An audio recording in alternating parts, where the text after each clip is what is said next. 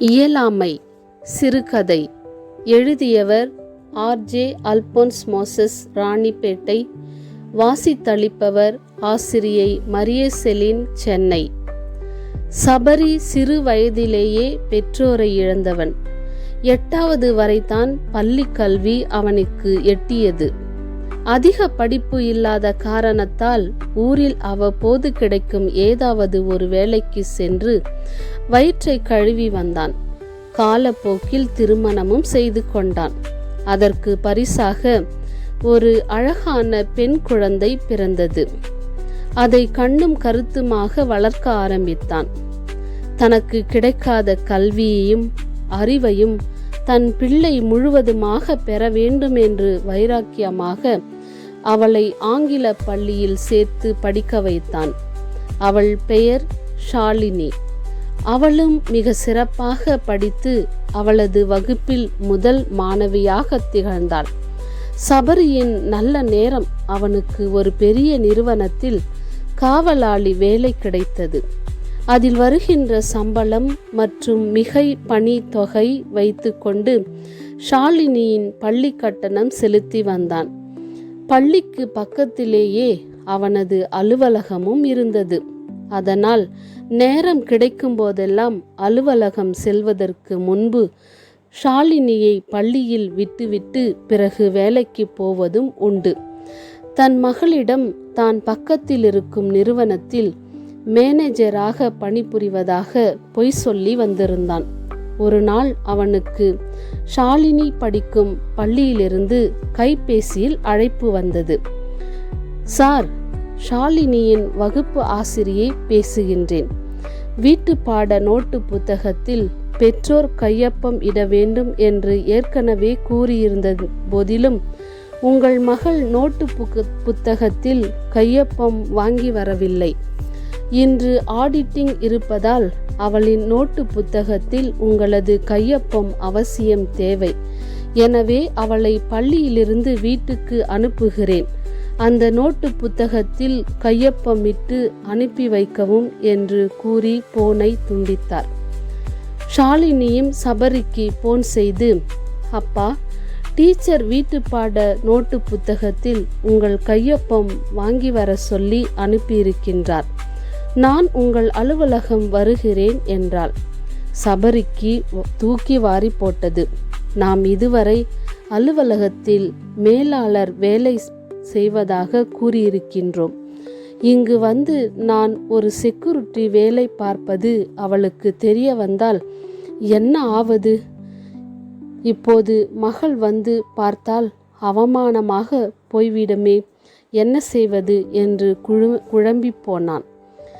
அதே சிந்தனையில் இருந்ததால் பக்கத்தில் முதலாளி வந்து நின்று கொண்டிருப்பது கூட அவனுக்கு தெரியவில்லை. முதலாளி மிக நல்லவர், மனிதாபிமானம் மிக்கவர். என்ன சபரி, நின்று கொண்டே தூங்குகிறாய் என்று கேட்டார். இல்லையா என்று தன் மனதில் உள்ள பாரத்தை அவரிடம் கொட்டி தீர்த்தான். அது சரி, அதற்கு நான் என்ன செய்ய வேண்டும் என்று கேட்டார்.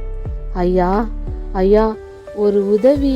நான் இந்த நிறுவனத்தில் மேனேஜராக பணிபுரிவதாக என் மகளிடம் பொய் சொல்லி வந்திருக்கின்றேன். அவள் என்ன அவள் என்னை பார்க்க வரும்போது நான் அலுவலகத்தில் நாற்காலியில் அமர்ந்து வேலை செய்வது போல நடிக்க அனுமதி தர வேண்டும்.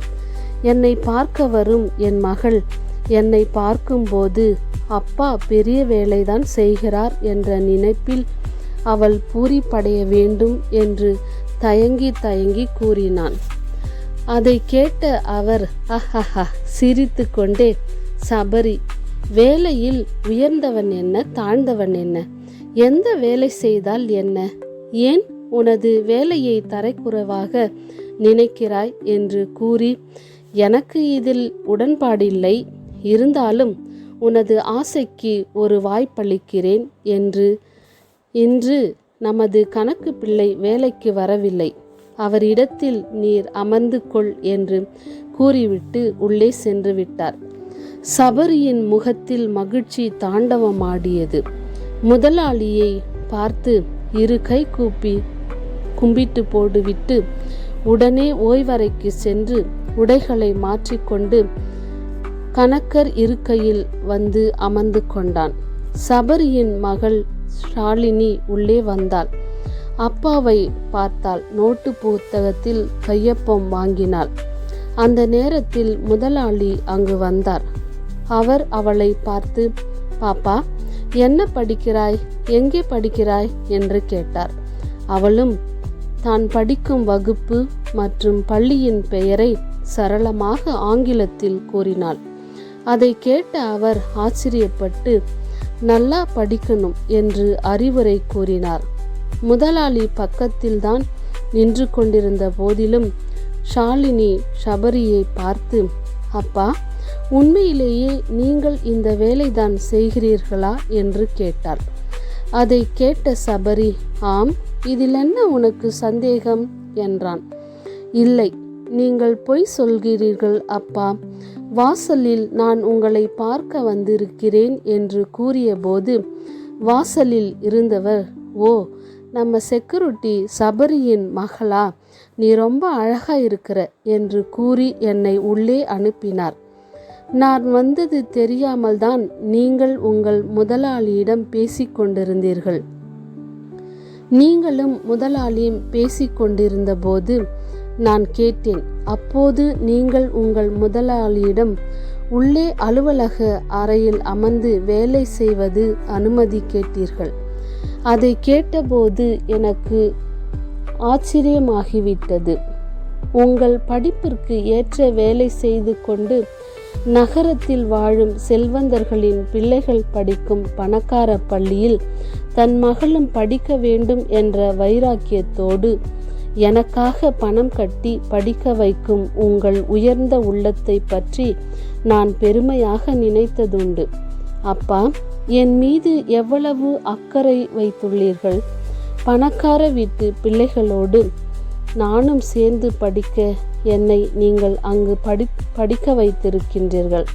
சமமாக படிக்க வைத்திருக்கின்றீர்கள் என்று நான் நினைத்து பூரிப்படைந்தது உண்டு.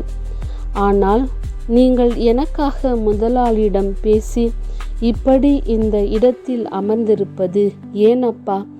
வேலையில் பாகுபாடு பார்ப்பது தவறில்லையா என்று மனதில் பட்டதை பட்டென்று சொல்லி முடித்தாள்.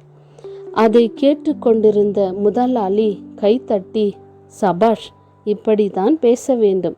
இந்த சின்ன வயதிலேயே இத்தகைய பரந்த மனப்பான்மையும் உள்ளதை உள்ளபடி சொல்வதையும் பார்த்த நான் அதிக மகிழ்ச்சி அடைகின்றேன். தான் என்ன வேலை செய்கிறோம் என்பது தன் பிள்ளைக்கு தெரியக்கூடாது.